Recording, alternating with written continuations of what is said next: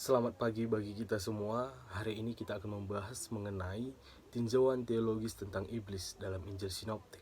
Nah, yang pertama mari kita lihat mengenai konsep tentang iblis. Yang pertama adalah asal-usul setan atau iblis. Penciptaan terjadi jauh sebelum adanya manusia dan seluruh isi bumi juga benda-benda ciptaan yang lainnya. Dan kemudian Allah merencanakan ciptaan untuk kemuliaannya, dan ia menciptakan segala sesuatu dengan baik, dan semua terjadi pada awal mulanya. Rupa-rupanya malaikat diciptakan sebelum ada langit dan bumi. Karena itu mereka sangat bergembira ketika mereka menyaksikan proses penciptaan Allah. Bisa kita lihat dalam Ayub 38 ayat 7. Nah, pada waktu itu seperti juga sekarang, para malaikat diberi tugas untuk mengawasi kekuatan-kekuatan alam. Lucifer adalah yang mengepalai makhluk-makhluk sorga beserta pelayanan mereka. Dalam Yesaya 14 ayat 12 disebut dengan bintang timur. Dalam kitab suci, Lucifer digambarkan sebagai makhluk yang paling berkuasa dan bijaksana, sehingga menjadi makhluk yang paling pandai. Berbicara mengenai iblis, maka ada beberapa nama-nama lain dari iblis. Nama-nama roh jahat yang sering sekali dijuluki iblis dikarenakan iblis diartikan sebagai musuh dan setan sebagai pengfitnah. Karena roh-roh jahat itu adalah roh yang jatuh ke dalam dosa yang melakukan kehendak iblis.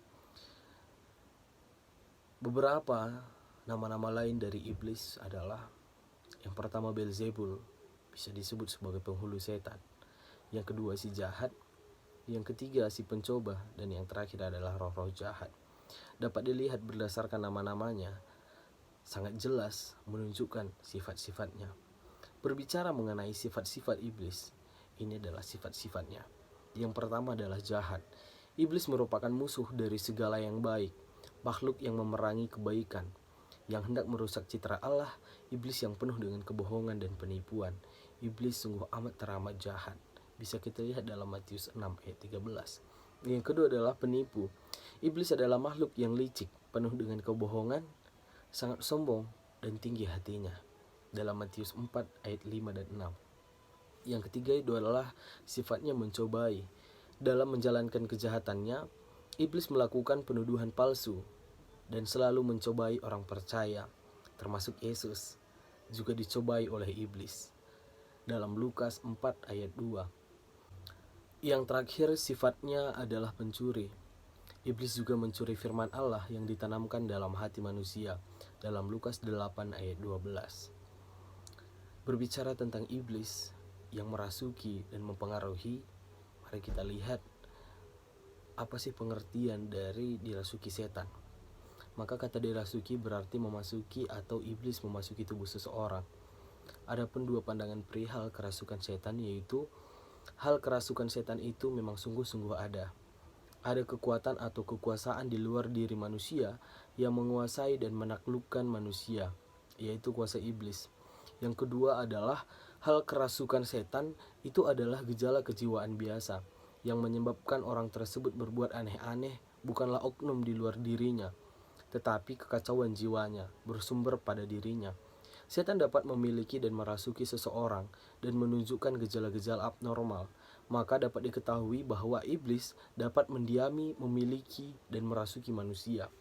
Maka untuk memperoleh penyembuhan harus dilakukan pengusiran paksa terhadap iblis oleh karena kuasa Yesus Kristus yang jauh lebih besar daripada kuasa gelap itu. Dan bagaimana dengan yang dinamanya dipengaruhi setan? Dipengaruhi setan dapat diartikan dengan iblis memberi pengaruh terhadap keadaan batin seseorang akan keberdayaannya, fungsi mental, intelektual, ataupun spiritual seseorang menjadi target pengubahan iblis dalam mempengaruhi seseorang. Jadi untuk mengalahkan pekerjaan pencobaan iblis, yang harus kita pertahankan ataupun yang harus kita perbuat adalah kita jangan mau diintimidasi. Pencobaan merupakan bukti dari kebencian iblis terhadap seseorang. Dicobai bukanlah sebuah dosa. Yesus dicobai tetapi dia tidak pernah berbuat dosa. Martin Luther mengatakan, Anda tidak bisa mencegah burung untuk terbang di atas kepala Anda, tetapi Anda bisa mencegah mereka membangun sarang di rambut Anda. Begitu juga halnya manusia tidak dapat mencegah iblis untuk mengajukan pikiran-pikiran. Namun manusia dapat memilih untuk tidak memikirkannya dan tidak bertindak berdasarkannya. Yang kedua adalah kita mengenali pola pekerjaan iblis dan bersiaplah untuk menghadapinya. Iblis beraksi kerap sekali di saat seseorang berada pada fase kesepian, sedih, tertekan, marah, sakit hati, bahkan di saat merasakan kesuksesan, tidak terkecuali ketika mengalami keberhasilan rohani. Maka sangat perlu mengetahui pola khas pencobaan iblis sehingga mampu untuk menguasai diri. Alkitab selalu mengatakan dan mengingatkan manusia untuk mengantisipasi diri dan siap untuk menghadapi pencobaan. Dalam Matius 26 ayat 41, Efesus 6 ayat 10 sampai 18, 1 Tesalonika 5 ayat 6 dan 8, 1 Petrus 1 ayat 13, 1 Petrus 4 ayat 7, 1 Petrus 5 ayat 8. Dan juga Paulus juga berkata, dan janganlah beri kesempatan kepada iblis, dalam Efesus 4 ayat 27. Perencanaan yang bijak mengurangi pencobaan. Ikutilah nasihat Amsal. Tempuhlah jalan yang rata dan hendaklah tetap segala jalanmu. Janganlah menyimpang ke kanan atau ke kiri. Jauhkanlah kakimu dari kejahatan, dalam Amsal 4 ayat 26 sampai 27. Menjauhi kejahatan itulah jalan orang yang jujur. Siapa menjaga jalannya memelihara nyawanya, dalam Amsal 6 ayat 17. Yang ketiga adalah meminta pertolongan kepada Tuhan. Meminta kuasa untuk melakukan hal yang benar kepada Tuhan dan berharaplah kepada Dia. Karena Allah terus menanti untuk menolong kita dalam pencobaan. Dalam Alkitab dikatakan, sebab itu marilah kita dengan penuh keberanian menghampiri tahta kasih karunia, supaya kita menerima rahmat dan menemukan kasih karunia untuk mendapatkan pertolongan kita pada waktunya. Demikian penjelasan dari saya. Terima kasih.